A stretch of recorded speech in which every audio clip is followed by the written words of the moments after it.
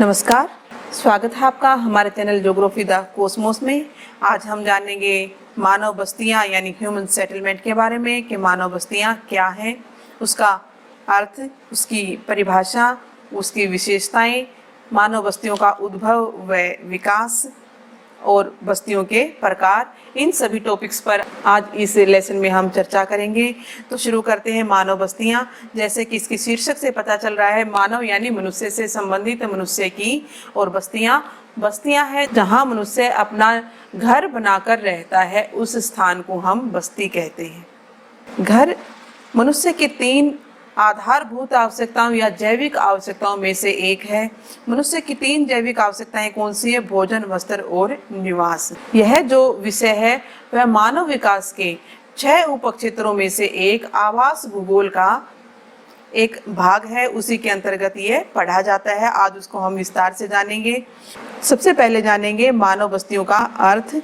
तो घरों के समूह से बस्तियां बनती हैं। वह स्थान जहां मनुष्य अपना निवास स्थान बनाकर रहता है उसे बस्ती कहा जाता है।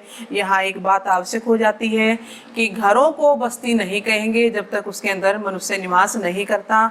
उन घरों के अंदर मनुष्य का निवास करना आवश्यक है, तभी वह एक बस्ती कहलाती है। विभिन्न विद्वानों ने बस्ती का अपने अपने तरीके से अलग अलग उसको परिभाषित किया है। हडसन के अनुसार बस्ती की परिभाषा क्या है? तो भूमि का वह भाग जो मानव बसाव के उद्देश्य से प्रयुक्त किया जाता है मानवीय अधिवास कहलाता है। त्रिवार्था के अनुसार अधिवास इकाई उन भवनों के साथ मनुष्य के संगठित उपनिवेश को प्रदर्शित करती है जिनमें मानव निवास करता है अथवा जिनका प्रयोग करता है।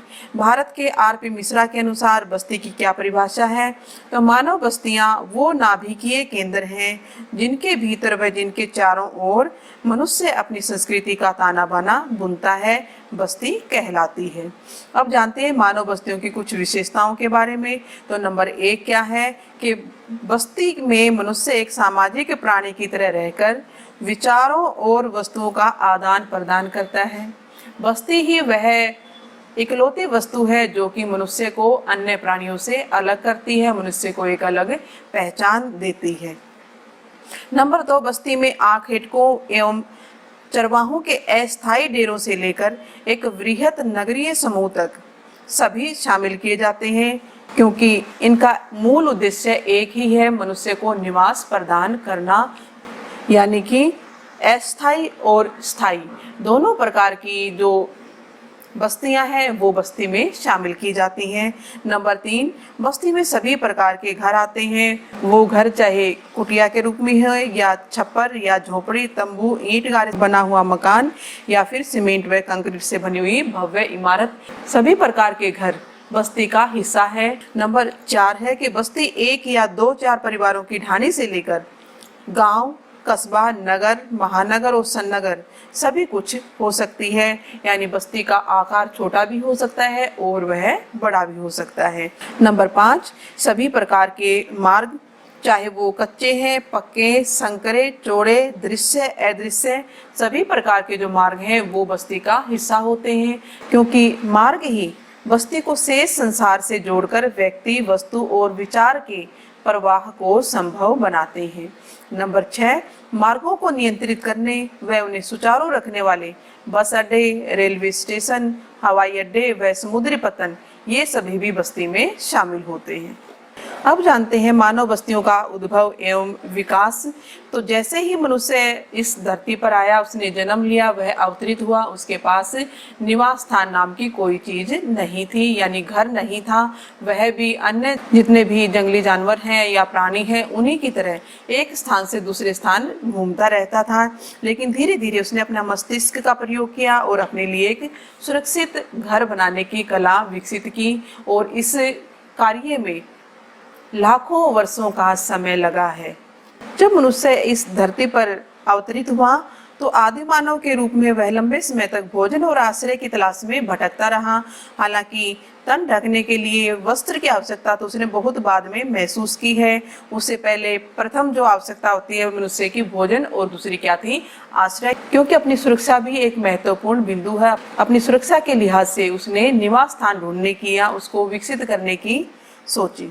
पुरा पाषाण युग में मानव ने गुफाओं से निकलकर पत्तों और शाखाओं से अस्थायी आश्रय स्थल बनाना सीखा। पाषाण युग तक पहुंचते पहुंचते मनुष्य ने आग जलाना सीख लिया और साथ ही आरंभ हुआ नदी घाटियों में पशुपालन और कृषि का व्यवसाय। मध्य पाषाण युग यानी 10,000 से 6,000 ईस्वी पूर्व मनुष्य ने खेती की शुरुआत की, मत्स्य पालन करना शुरू किया, स्थायी निवास की ओर वह अग्रसर हुआ। यानी कृषि ने ही मनुष्य को स्थायी जीवन प्रदान किया है और माना जाता है कि आज से लगभग 12,000 ईस्वी पूर्व कृषि का आरंभ हुआ था। तो मनुष्य को कृषि ने स्थायी जीवन कैसे प्रदान किया, उसके दो कारण हैं। नंबर 1, फसल को बोने से लेकर काटने तक मनुष्य को उसके पास रहना पड़ता था, क्योंकि जंगली जानवरों से फसलों की सुरक्षा आवश्यक होती है। और नंबर 2 कि कृषि से उसको इतनी अन्न की आपूर्ति हो जाती थी कि उसको आखेट या शिकार के लिए या संग्रहण के लिए या भोजन की तलाश में एक स्थान से दूसरे स्थान जाने की आवश्यकता नहीं पड़ती थी। और इन दोनों कारणों से ही उसका जीवन अस्थायी से स्थायी जीवन के रूप में परिवर्तित हो गया। नव पाषाण युग तक आते आते यानी 6,000 से 4,000 ईस्वी पूर्व तक स्थानीय गृह निर्माण सामग्री से उसने अधिवासों की रचना करनी सीख ली। घाटियों व झीलों के निकट लघु ग्रामीण बस्तियों का उसने जन्म किया या उद्भव उसका हुआ और इस प्रकार से गांव की शुरुआत हुई, पहली बस्ती की शुरुआत हुई। विश्व में गांव का बसाव 10,000 से 6,000 वर्ष ईस्वी पूर्व आरंभ हुआ और ऐसा मानना है कि दुनिया का पहला गांव स्विट्जरलैंड यूरोप में बसा था। डक्सियाडिस नाम के विद्वान ने बस्ती के बनने के लिए 5 तत्वों को सम्मिलित किया है, यानी 5 तत्वों से मिलकर कोई भी बस्ती बनती है। और वो 5 तत्व क्या है? नंबर 1 प्रकृति, क्योंकि बस्ती बसाने के लिए जो स्थान है, स्थल है, वह प्रकृति से ही मनुष्य को प्राप्त होता है। नंबर 2 है मानव, मानव स्वयं बस्ती का हिस्सा है, क्योंकि बस्ती को बनाने वाला, उसकी रचना करने वाला और उसको प्रयोग करने वाला कौन है? मनुष्य है। तीसरा अंग है बस्ती का समाज, तो मानवीय समाज अधिवासियों को संगठित रूप प्रदान करता है, उन्हें मनुष्यों के जीने लायक बनाता है। नंबर 4 है भौतिक पर्यावरण, इसी पर्यावरण से अनुकूलन कर मनुष्य सभी प्रकार की सामाजिक, सांस्कृतिक और आर्थिक क्रियाएं करता है, यानी मनुष्य बस्ती के चारों तरफ के भौतिक पर्यावरण का प्रयोग करता है। और नंबर 5 है संचालक तत्व। संचालक तत्वों में क्या क्या शामिल है? गलियां, पगडंडियां, मार्ग, सड़कें इत्यादि संचालक तत्व बस्ती को संसार से जोड़ते हैं। तो ये 5 तत्व हैं जिनसे मिलकर कोई भी बस्ती बनती है। अब जानते हैं बस्तियों के प्रकार। तो बस्तियां कितने प्रकार की हैं? बस्तियां 2 प्रकार की हैं। नंबर 1 ग्रामीण बस्ती, नंबर 2 नगरीय बस्ती। अब आप सोचेंगे कि कौन से ऐसे तत्व हैं जिनसे हमें पता चले कि कौन सी बस्ती ग्रामीण है और कौन सी बस्ती नगरीय है। वैसे तो ऐसा कोई भी सुस्पष्ट लक्षण नहीं है जिसके आधार पर हम गांव को नगर से अलग कर सकें, लेकिन फिर भी 3 ऐसे बिंदु हैं जिनके आधार पर हम अनुमान लगा सकते हैं कि कौन सी बस्ती ग्रामीण है और कौन सी बस्ती नगरीय है। वो 3 बिंदु हैं। नंबर 1 जनसंख्या का आकार, नंबर 2 आर्थिक आधार या आर्थिक क्रियाकलाप और नंबर 3 है प्रशासनिक आधार। तो पहला है जनसंख्या का आकार। आकार के आधार पर पहचान की जाती है कि कौन सी बस्ती नगरीय है और कौन सी ग्रामीण। हालांकि यह जनसंख्या का आकार सभी देशों में एक जैसा नहीं है। उदाहरण के रूप में कनाडा में 1,000 से कम जनसंख्या वाली बस्ती को ग्रामीण बस्ती में रखा जाता है, जबकि भारत में 5,000 तक की जनसंख्या वाली बस्तियां ग्रामीण बस्ती कहलाती है। इसी प्रकार संयुक्त राज्य अमेरिका में ग्रामीण बस्ती के निर्धारण की ऊपरी सीमा 2500 की जनसंख्या है, वहीं जापान में 30,000 तक की जनसंख्या वाली बस्ती को ग्रामीण बस्ती माना जाता है। विश्व के अनेक देशों के अंदर ग्रामीण बस्ती में कितनी जनसंख्या होनी चाहिए या ग्रामीण जनसंख्या का आकार क्या होना चाहिए, सभी के अपने अपने अलग मापदंड हैं। दूसरा आधार है आर्थिक आधार, यानी किसी भी बस्ती में किए जाने वाले क्रियाकलापों के आधार पर भी बस्तियों को 2 भागों में बांटा जाता है, ग्रामीण बस्ती और नगरीय बस्ती। ग्रामीण बस्ती में मनुष्य प्राथमिक क्रियाकलाप करता है, जैसे कि कृषि, पशुपालन, मछली पालन या काठ कर्तन का काम, इस प्रकार या खनन का कार्य।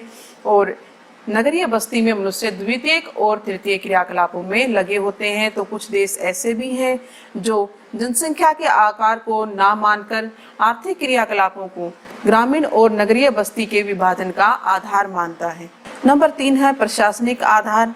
अनेक देश प्रशासनिक आधार पर नगरों को गांव से अलग करते हैं, जैसे कि भारत, ब्राजील और बोलिविया देशों में सभी प्रशासनिक केंद्रों को नगर माना जाता है। यानी जिन बस्तियों में प्रशासनिक कार्य होते हैं, प्रशासनिक भवन होते हैं, उन सभी बस्तियों को नगरीय बस्तियां माना जाता है, और जिनमें प्रशासनिक कार्य नहीं होते उन्हें ग्रामीण बस्ती की संज्ञा दी जाती है। यानी प्रशासनिक आधार पर भी हम बस्तियों को 2 भागों में, ग्रामीण बस्ती और नगरीय बस्ती में विभाजित कर सकते हैं। तो यह थी जानकारी बस्तियों के बारे में। अगली वीडियो में हम जानेंगे ग्रामीण बस्तियों के बारे में विस्तार से। तो बने रहिए हमारे साथ हमारे चैनल ज्योग्राफी द कॉस्मोस में।